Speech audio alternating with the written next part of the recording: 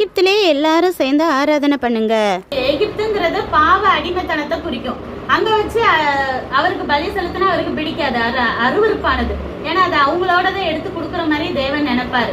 அப்ப கெட்டவங்களோடதான் அவரு வச்சுக்க விட மாட்டாரு இல்லையா? அதனால அது அருவருப்பா இருக்குங்கிறதுனாலதான் வேற ஒரு இடத்துல காணாங்கிற இடத்துல போய் பலி கொடுக்கணும்னு சொல்றாரு. அதுக்கு இவன் விட மாட்டேங்கிறான். இப்ப என்ன சொல்றான், பெரிய ஆட்கள் ஆண்கள் மட்டும் போயிட்டு வாங்க அப்படின்னு சொல்றான். அப்ப அடுத்து என்ன செய்யறாரு தேவன் திரும்ப பார்வோன்ட்ட என்ன செய்ய சொல்றான்னா, வெட்டுக்கிளிகளை அனுப்புவேன்னு சொல்லு அப்படின்னு சொல்லிட்டு மோசையை விட்டு சொல்ல சொல்றாரு.